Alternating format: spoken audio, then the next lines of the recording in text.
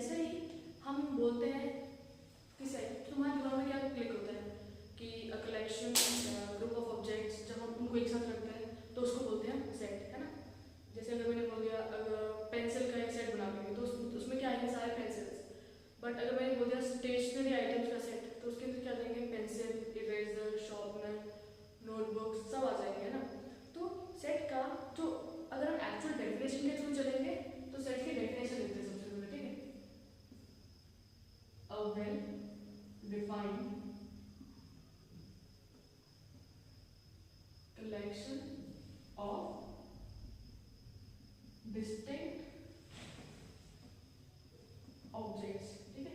अब एक बात सुनो, यहाँ पे जो डेफिनेशन है ना, ये डेफिनेशन एक बहुत इंपॉर्टेंट रोल प्ले करता है। जैसे अगर हम फर्स्ट देखेंगे तो जब वेल डिफाइंड लिखा हुआ है और ऑब्जेक्ट्स लिखा हुआ है, ठीक है। पहले हम एग्जांपल से तुम समझते हैं कि एक सेट होता क्या है। अगर मैंने एग्जांपल लिया कि collection of reverse in India, तुमको इधर से पता चला कि किसका कलेक्शन हो रहा है, कलेक्शन हो रहा है हमारे रिवर्स का। कलेक्शन किसका हो रहा है, हमारे रिवर्स का। और कौन सी रिवर्स है, इंडिया की। तो जब हम इसका सेट बनाएंगे तो उसके अंदर कौन सी रिवर्स आएंगी, हमारी सारी इंडियन रिवर्स ही आएंगी, राइट। जैसे गंगा हो गया, ब्रह्मपुत्र हो गया, नर्मदा, तो इसका हमारा क्या बनेगा, सेट बनेगा। अभी तुमको इतना क्लियर आइडिया मिला है कि अच्छा हमको रिवर्स का सेट बनाना है, और वो रिवर्स किसको बिलोंग करने चाहिए, they should belong to India. But अगर मैंने हावे में बोल दिया होता, अगर मैंने हावे में तुमको बोल दिया होता कलेक्शन ऑफ रिवर्स, अब मैंने क्या बोला, कलेक्शन ऑफ रिवर्स, अब तुमको थोड़ा कंफ्यूजन हो जाएगा कि यार इसने तो बात कर दी कलेक्शन ऑफ रिवर्स की, बट ये जो कलेक्शन ऑफ रिवर्स है वो कौन सी कंट्री से बिलोंग करती है, इंडिया की, जापान की, इजिप्ट की, यूएसए की। तो यहाँ पे तुमको क्लैरिटी नहीं है। तो सबसे पहले सेट, अभी जैसे हमने डेफिनेशन लिखा हुआ है, a well defined collection of distinct objects, तो जो सेट होना चाहिए ना, it should be well defined. Well defined मतलब हमको एक क्लैरिटी मिले कि हमको उस सेट के अंदर कौन से बोलेंगे। जैसे अगर यहाँ पे लिखा हुआ है collection of reverse in India, तो यहाँ पे तुमको पूरा क्लैरिटी है कि अच्छा रिवर्स का सेट बनाना है, और रिवर्स कौन सी होनी चाहिए, इंडिया की। तो यहाँ पे तुम लोग ने सेट बना लिया, गंगा, ब्रह्मपुत्र, नर्मदा, तापी, राइट। तो ऐसे इसको बोलते हैं अब वेल डिफाइंड सेट। यहाँ पे तुमको क्लैरिटी मिली कलेक्शन ऑफ रिवर्स में, नहीं तुमको क्लैरिटी नहीं मिली कि यार तुमको ये तो पता है कि रिवर्स का कलेक्शन बनाना है, बट कौन से रिवर्स का ये नहीं पता हमको, राइट। तो well defined collection of distinct object is called a set.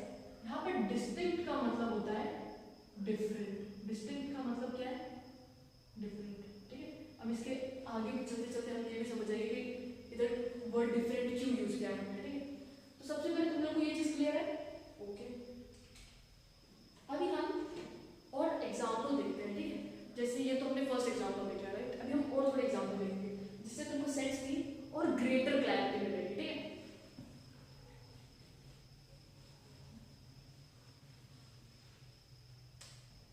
Example लेते हैं,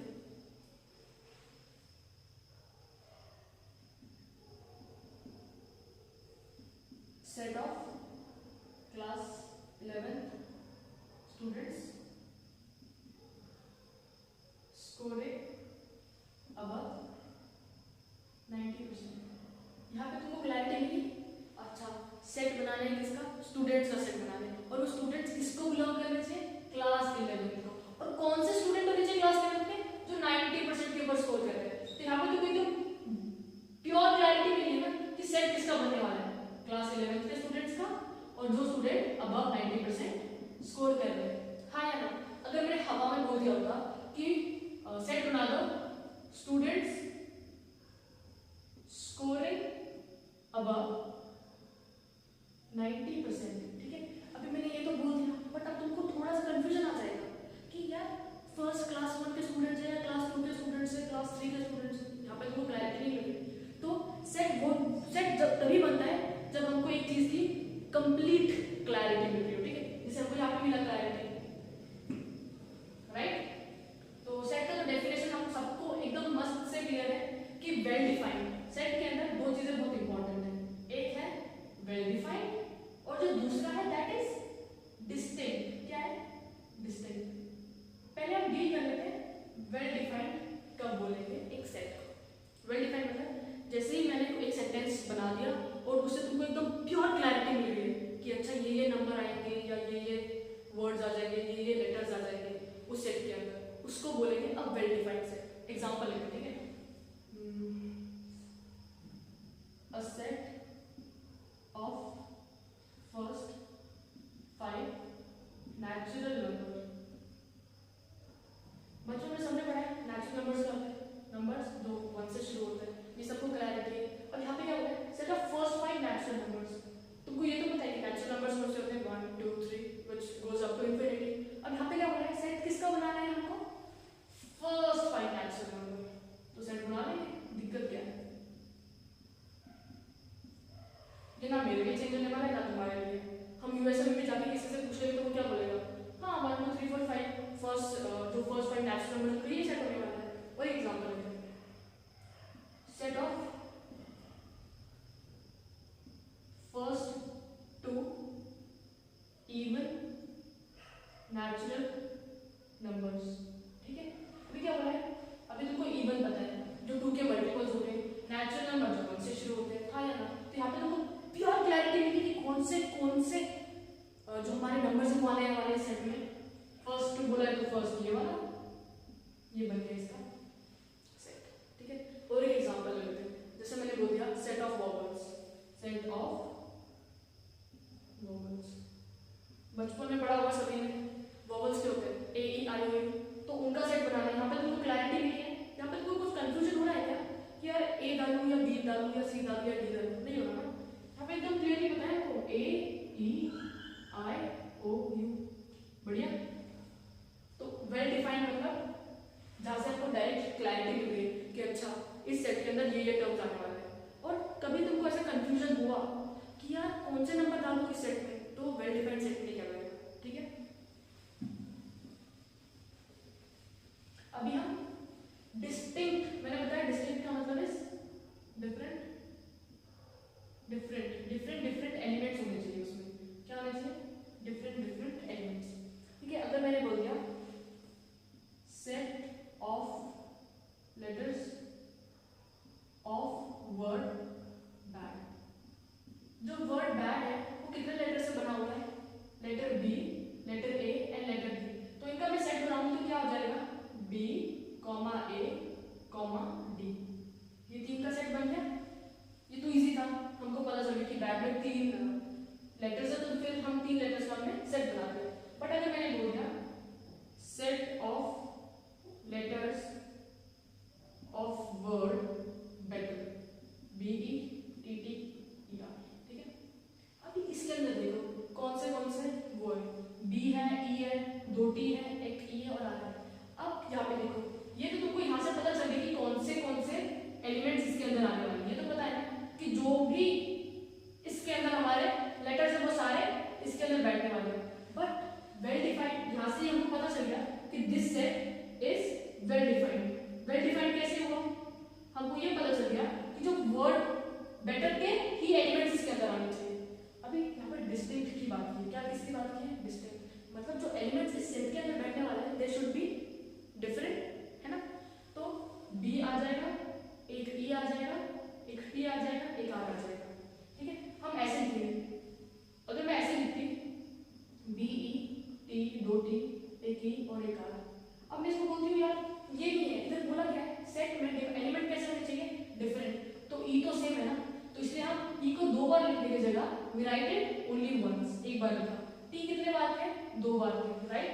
तो 2 बार लिखने की जगह I write it only once, D E T R. तो ये हो गया वेल डिफाइंड सेट। तो अभी तुम लोग को पता चल गया वेल डिफाइंड का मतलब जैसे ही कोई एक बंदे ने सेट के बारे में बात किया तो तुमको क्लैरिटी मिल गया कि उस सेट के अंदर कौन से एलिमेंट्स आने वाले हैं, ठीक है। और एक जो दूसरा that is it talks about distinct, जो भी एलिमेंट्स इस सेट के अंदर बैठने वाले दे शुड बी डिफरेंट, ठीक है। बेटर था 2 ई थे और हमारे 2 टी थे, बट हमको ध्यान में क्या रखना है, सिंगल डिस्टिंक्ट एलिमेंट्स आने चाहिए इसके अंदर। सबको क्लैरिटी मिल गई व्हाट एक्चुअली सेट इज, ठीक है।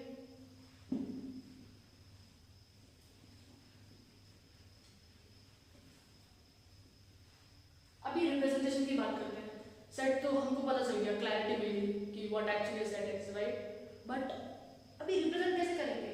भले ही हमको आ गया कि अच्छा इस इसमें ये सेट्स आने वाले हैं, बट हमको पता कैसे चलेगा रिप्रेजेंट कैसे करेंगे हम उस चीज़ को? अभी एग्जांपल लेते हैं, ठीक है।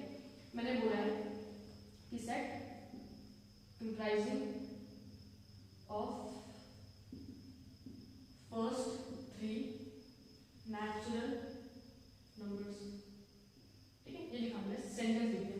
अब यहाँ पे तुमको कुछ कंफ्यूजन है, डिसाइड करने में कि एलिमेंट्स कौन से बैठने वाले हैं एक सेट के अंदर, ये कंफ्यूजन नहीं है। तुमको ये पता चल गया है कि फर्स्ट 3 की बात कर रहा है और किसकी बात कर रहा है? Natural number. First 3 natural number कौन से हैं हमारे? 1, 2 एंड 3। मतलब 1 आएगा, 2 आएगा, 3 आएगा, राइट। तो एक सेट को रिप्रेजेंट करने का तरीका आता है, जो भी एलिमेंट्स आते हैं हमारे, जो भी एलिमेंट्स एक सेंटेंस के थ्रू हमको पता चल रहा है कि इस सेट के अंदर ये एलिमेंट्स आने वाले हैं, उन एलिमेंट्स को हम कर्ली ब्रैकेट्स के अंदर लिख देते हैं। किसमें लिखते हैं? कर्ली ब्रैकेट्स के अंदर। और उस सेट को हम नाम दे देते हैं, कोई भी एक नाम तुम्हारे हिसाब से। तुमको x देना है, तुमको y देना है, तुमको a देना है, तुमको b देना है, ठीक है। तो अब मैं यहाँ पे मेरे सेट को नाम दे रही हूँ a। क्या दे दिया मैंने? a। और एलिमेंट्स क्या हो गया? 1, 2, 3। Clear?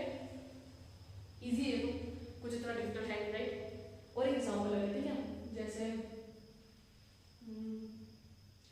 Set comprising of vowels, ठीक है। वॉवल्स बोले तो अभी तुमको ये क्लैरिटी मिल गई कि इसके अंदर कौन से, इस सेट के अंदर कौन से एलिमेंट्स आएंगे, राइट।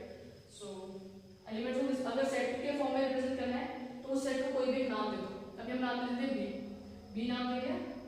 और जो एलिमेंट्स आएंगे उनको किसके अंदर लिखना है? हमको कर्ली ब्रैकेट्स के अंदर, ठीक है। कर्ली ब्रैकेट्स के अंदर मैंने डाल दिया। और एलिमेंट्स कौन से हैं? वॉवल्स आएंगे। वॉवल्स कितने अपने? ए, ई, आई, ओ, यू, ठीक है। इस चीज को बोलते हैं रिप्रेजेंटेशन। क्या बोलते हैं इसको?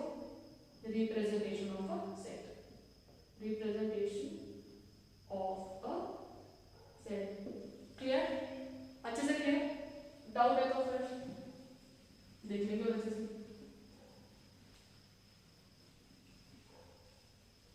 फिलहाल के लिए सेट बोला है तो क्या होना चाहिए? जैसे ही हमारे सामने एक सेंटेंस आ रहा है तो हमको एक क्लैरिटी मिल जानी चाहिए कि उस सेट के अंदर कौन से एलिमेंट बैठने चाहिए, ठीक है। जैसे अगर मैंने बोल दिया कि set of first 2 prime numbers, यहाँ पे तुमको बहुत दिमाग लगाने की जरूरत है नहीं। यहाँ पे तुमको कुछ कंफ्यूजन हो रहा है क्या कि कौन से एलिमेंट्स आएंगे? नहीं। फर्स्ट 2 बोला है तो मतलब स्टार्टिंग के 1 2 आएंगे, है ना। फर्स्ट जो भी फर्स्ट वन। और प्राइम नंबर्स कहाँ से शुरू होते हैं? 2, 3, 5, 7 एंड सो ऑन। बट इन्हें किसकी बात की? फर्स्ट 2। मतलब हमारे सेट में कौन से दो एलिमेंट बैठने वाले हैं? 2 एंड 3।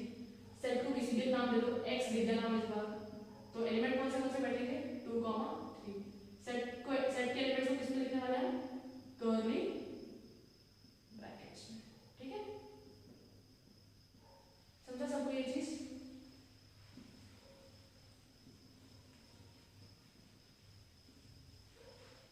सेट का डेफिनेशन क्लियर है। सेट के अंदर जो डेफिनेशन के अंदर जो इंपॉर्टेंट वर्ड्स आते हैं, वेल डिफाइंड और डिस्टिंक्ट, ये भी आपको क्लियर है। रिप्रेजेंट कैसे करना है एक सेट को, हमने वो भी देख लिया, ठीक है। और अभी हम आगे चलते हैं रिप्रेजेंटेशन के। अभी बेसिकली ये तो एक हमने एक तरीका देख लिया रिप्रेजेंट करने का। बेसिकली जब हम सेट्स को रिप्रेजेंट करते हैं, so there are 3 different types और 3 different ways by which we can represent the set, ठीक है। तो उस रिप्रेजेंटेशन के नाम देख लेते हैं, ठीक है। रिप्रेजेंटेशन ऑफ अ सेट, ठीक है। तो बेसिकली अभी हमारे पास 3 वेज, बेसिकली